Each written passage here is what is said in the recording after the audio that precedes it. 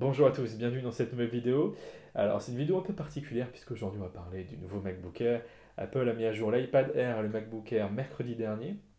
Alors on va vraiment se focaliser sur le MacBook Air aujourd'hui et on verra l'iPad Pro un peu plus tard. Bon, tout d'abord, bien sûr, c'est une situation un peu particulière, hein. J'espère que vous allez tous très bien. Restez bien confinés chez vous, faites comme moi. Là, je suis bloqué chez moi, j'en peux plus. Mais il faut vraiment tous qu'on joue le jeu. Vraiment, j'espère que cette situation ira mieux. Et j'espère qu'on va passer ensemble un bon moment, au moins quelque chose pour nous évader, parler des choses qu'on aime, le Mac, Apple. Si vous êtes là, c'est que vous aimez ça, je pense. Et on va maintenant parler du MacBook Air. Alors le MacBook Air, ils ont sorti deux nouveaux modèles de MacBook Air. On va vite passer les nouveautés. En nouveauté, il y a un nouveau processeur de 10e génération, un nouveau clavier Magic Keyboard où on dit adieu enfin au clavier papillon. Ça vous évitera d'aller à l'Apple Store à chaque fois changer vos claviers. Vous avez plus de mémoire par défaut, la RAM qui est plus rapide, meilleur processeur graphique, Wi-Fi, on est toujours sur du Wi-Fi AC de base, donc oui, toujours pas Wi-Fi 6. On passe au Bluetooth 5. Le Mac est un peu plus lourd et un poil plus épais, mais on va voir ça un peu plus en détail. Alors il y a deux configurations qui sont plutôt extrêmement équilibrées. Enfin franchement, c'est l'une des premières fois où on voit une gamme Mac, enfin on a l'impression qu'Apple se réveille. Ils ont sorti enfin le 128 Go qui n'a aucun sens dans la gamme Mac, puisque même si on a un usage assez basique, 128 Go ça devient limité. Donc vous avez deux capacités, vous avez le modèle de base à 256 et le modèle au-dessus à 512. Le modèle au-dessus en 512 a une petite particularité, c'est qu'il vient par défaut avec un quadricœur. Alors on va voir dans les détails des configurations qu'on peut quand même rajouter un quadricœur sur celui de base. Alors la première chose qui m'a interpellé quand j'ai vu ces nouvelles machines, c'est la fréquence. Je me suis dit, bon putain, on passe à 1,1 GHz, ça fait une belle chute. Mais en fait, ça change pas grand-chose puisque les nouvelles générations sont gravées plus finement. Elles sont aussi plus rapides. Et on a des performances qui sont améliorées, même sur l'i3 par rapport à l'ancien i5. Alors, ce ne sera pas flagrant, mais c'est déjà pas mal. On a un petit bond. Et alors là, quand on passe sur le quadricœur, vous doublez les performances sur le quadricœur. Donc franchement, le quadricœur sur le MacBook Air, c'est vraiment à prendre. Donc, de base, deux modèles. On va commencer par le Beaker. Le Beaker à 256 Go. 256 Go, c'est franchement assez équilibré. Ça suffit vraiment à 80% des gens. Ça suffit à 80% des gens. La RAM est plutôt rapide, il n'y a aucun problème. Et surtout, si on regarde comment on peut améliorer cette configuration, vous voyez que pour 50 euros de plus, alors là, franchement, je ne comprends pas pourquoi de base ils n'ont pas mis le Mac à l'ancien prix, hein, 1249, et mis de base le quadricœur. Quadricœur, vous doublez les performances de la machine.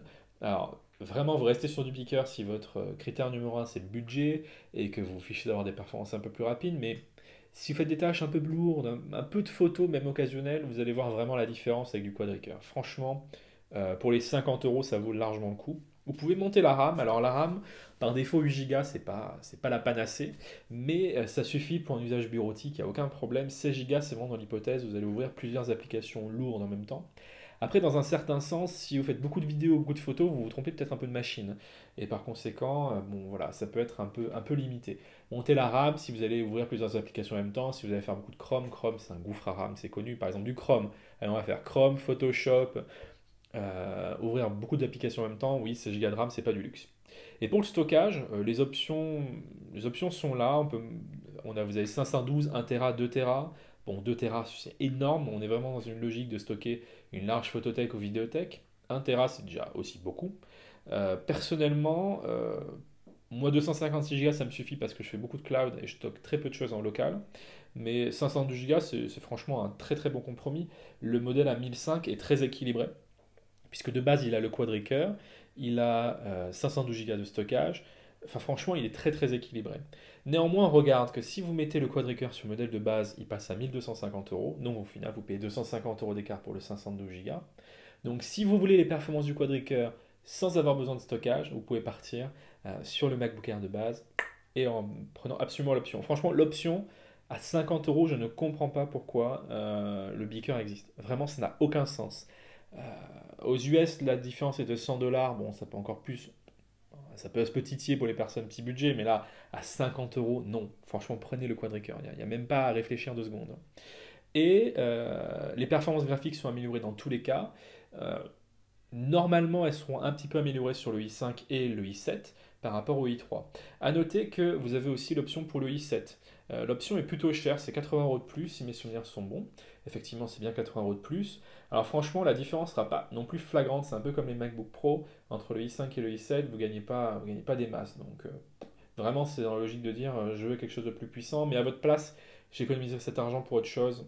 Ou du moins, si vous voulez une autre option, par exemple, en priorité plus de RAM que passer sur le i7, pour moi, ça a vraiment plus de sens.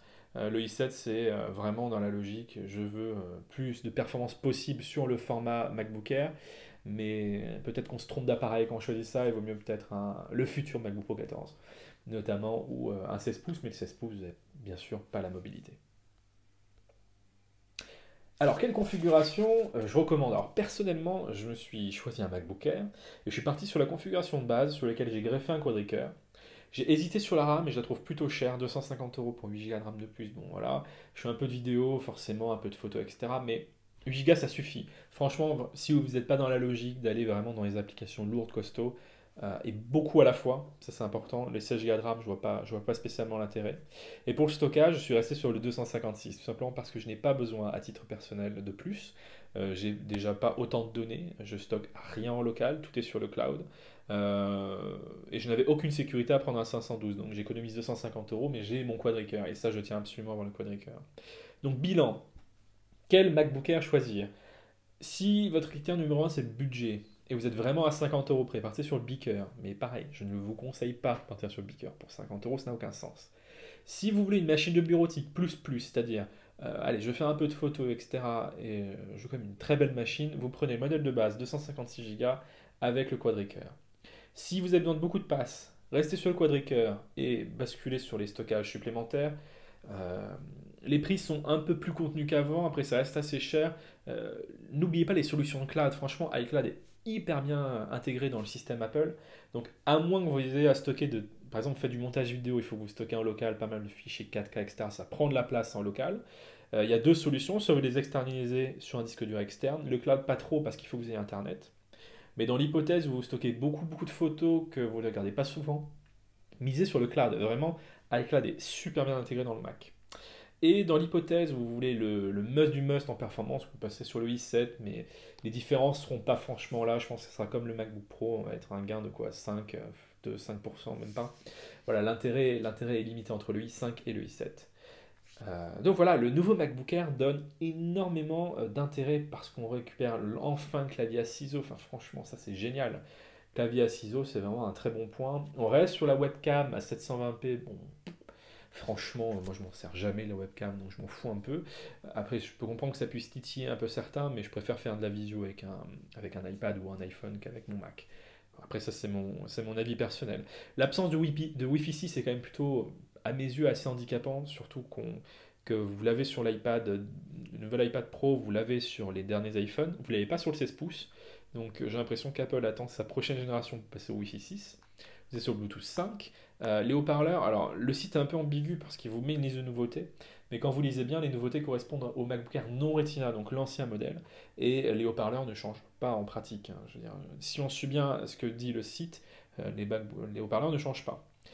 L'écran reste absolument le même, c'est du 400 nits sans luminosité, c'est-à-dire il est un peu moins lumineux et un peu moins coloré que les MacBook Pro, mais pour un usage, franchement, pour 80% des gens, même 90% des gens ne verront pas la différence. Donc le MacBook Air, pour résumer, à ce stade, pour moi, sans voir le 14 pouces qui arrivera bientôt, j'espère, ça reste le MacBook Air, le MacBook idéal pour aller 90% des gens. Franchement, il est ultra équilibré, le positionnement tarifaire est très bon. Il y a enfin une capacité de stockage décente de base, puisque 128 pour une machine, c'est franchement léger, ça suffit, on fait beaucoup de place, mais sinon c'est un peu léger. Et on a une machine plutôt canon, franchement, elle est vraiment canon. Alors, qu'est-ce que cette gamme nous donne sur les MacBook Pro? Bon, le 16 pouces bon, reste toujours un peu particulier, on ne peut pas vraiment comparer un 16 pouces puisqu'on n'est pas dans le même public. Mais on peut hésiter avec un MacBook Pro en 13 pouces. Et là, franchement, non, ne prenez pas un MacBook Pro, ça n'a aucun sens. Surtout quand vous voyez à éviter absolument les 1,4 GHz, puisque les différences sont pas là. À 1500 €, vous avez 128 Go de stockage, c'est-à-dire le même prix. Vous avez 512 Go sur le MacBook Air, un processeur euh, de 10e génération sur le MacBook Air. Donc, enfin, franchement, la gamme Pro en 13 pouces n'a aucun sens aujourd'hui. Elle n'a vraiment aucun sens par rapport au MacBook Air qui est ultra équilibré. Voilà mon avis. Au final, le MacBook Air, ça vous correspond certainement. Il y a de très très fortes chances que ça vous corresponde. Si vous avez besoin d'une machine un peu plus puissante et que vous faites beaucoup de photos, beaucoup de retouches vidéo, et bon, du montage, bien sûr, dans ce cas-là, il faudra glisser sur un 16 et ou peut-être le futur 14 pouces. Voilà, merci à tous de m'avoir suivi. J'espère vous avoir donné des petites infos. N'hésitez pas à réagir dans la section commentaires si vous avez des questions. Et à très vite pour une prochaine vidéo.